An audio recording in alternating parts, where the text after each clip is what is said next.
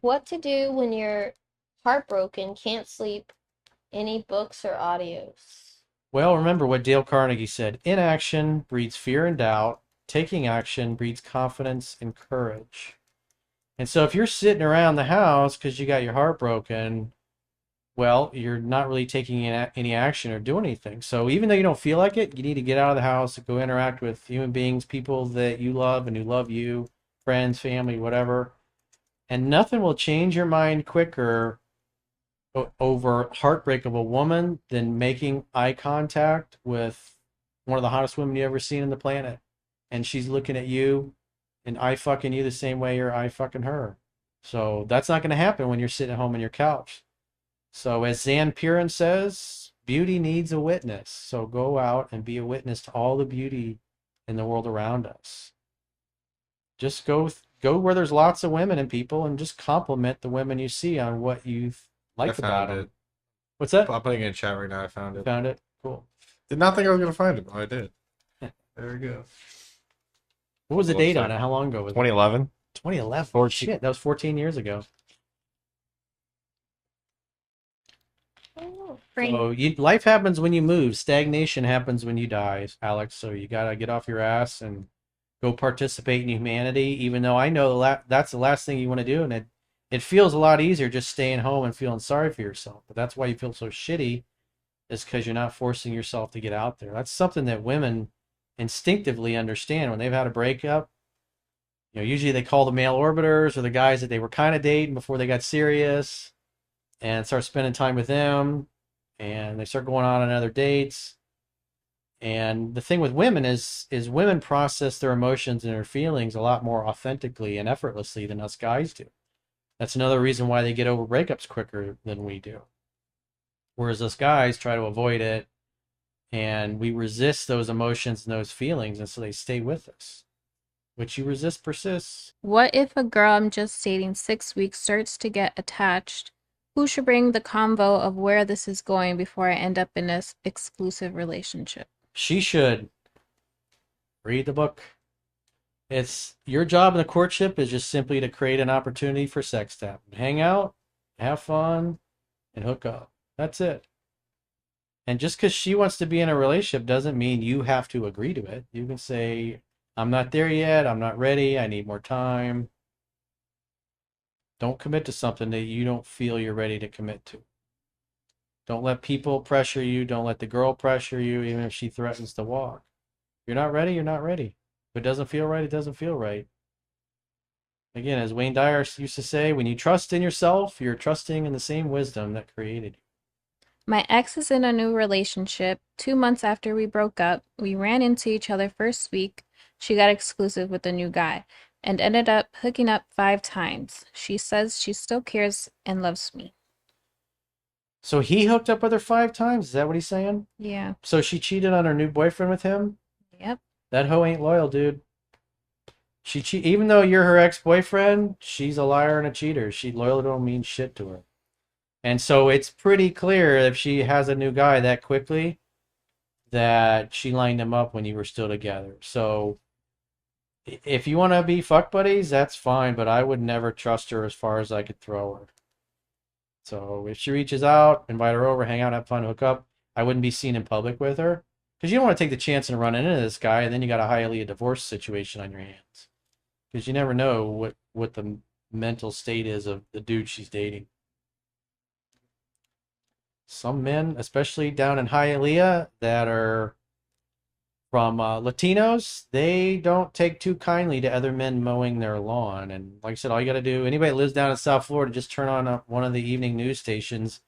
And just about every night, there's a Hialeah divorce in the news from somebody that was mowing some other dude's lawn, or a woman was cheating on her husband in Hialeah and then got found out. It's just, it's pretty crazy there. yeah, those people are crazy over there. I went to the Christmas thing over there one time. The people told us, my group, to go ahead, and this man had his mother, old lady in a wheelchair, and I guess didn't know that they told us, the people that worked there, to go ahead and go. And he kept ramming me in the back of my legs with the damn wheelchair. Yeah, I got a buddy of mine who's he's really good. He shoots and he trains a lot.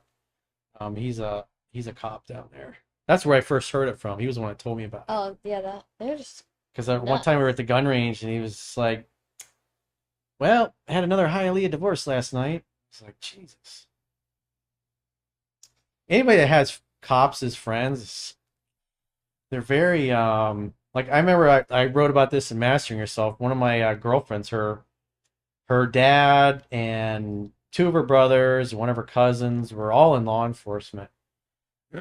And this was the guy that had paid off somebody at the answering service, and they were stealing most of our television leads. And about a year and a half after that happened, because I could have sued the guy and gone after him. I thought all the money and the time I would have spent chasing after that dude, it would just to try to sue him, and he probably wouldn't have had any money anyways. Um, but it was just better to focus on making money, and karma would run its course. And I remember some friends of mine that worked for me. One of the girls who was a processor knew the guy because he had originally done their loan many years before when they first bought a house. And now she was working for me. He was really pissed off and bent out of shape that I did their loan on their new house purchase. And plus his wife was working for me. And they had lent him their pickup truck because he was like, "Hey, I'm going to take my boat down to the Keys." And like a week later, he called them. He's like, "Hey, how are the Keys? How's you catch any fish?" He's like, "Oh, I'm still up here. I haven't gone down there." Like, "Oh," he's like, "Oh, I'm going to leave tomorrow or whatever." And then like a couple nights later, they get a knock at like 2, 3 in the morning on the door, and it's a police officer. And and my friend, she answered the door, and he's like, "Is your husband here?" And she's like, "Yeah." And just as he was saying that, her husband comes to the door, and he's like, "Yeah, what's up?" And he's like, "Well, your vehicle was involved in an accident, and there was a fatality. Somebody was there was a fire, and the bodies burned beyond recognition. We don't know who. Do you know who it is was driving?" And so they obviously told him. And a few weeks later, I was hanging out with my girlfriend and her brother, who was a sheriff's deputy at the time. And I was like, "You remember that guy I was telling you about?" Because I went to him and told him this is what happened, and there wasn't really a lot that they could do legally. It was more of like a civil type case. And I was telling him because I knew the road and where it was and it had happened. And he's like, "I was on that call." He was like, so he told me what had happened was, I guess a girl was like riding her bike across the road, and he swerved to miss her, and he hit a telephone pole, and the pole snapped. And then so they had and it pushed the engine because it was a pickup truck into the driver's compartment, and it pinned his legs in so he couldn't get out or move.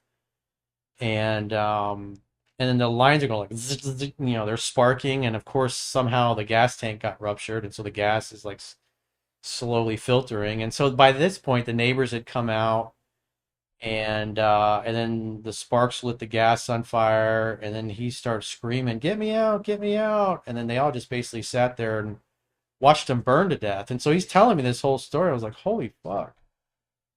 And he was like, "Yeah, fucker got what he deserved." Just like that, because he sees death all the time. Another time he was telling me that they were chasing a guy on a motorcycle, and the guy was like weaving in and out of traffic, and he ran into the back of like one of those flatbed trailers that carry stuff. And when they pulled the helmet off, it's like everything in his head, his brains, his skull, everything had gone out the back. And so his head was just like a bag. It was like a empty balloon that had been deflated. I mean, the guy was dead, obviously, on impact. But I was like, holy fuck. He was always telling me shit like that. So anybody that knows anybody in law enforcement, they just deal with death and gore all the time. And they're very, they have, anybody served in the military, been in combat, you'll hear stories like that as well.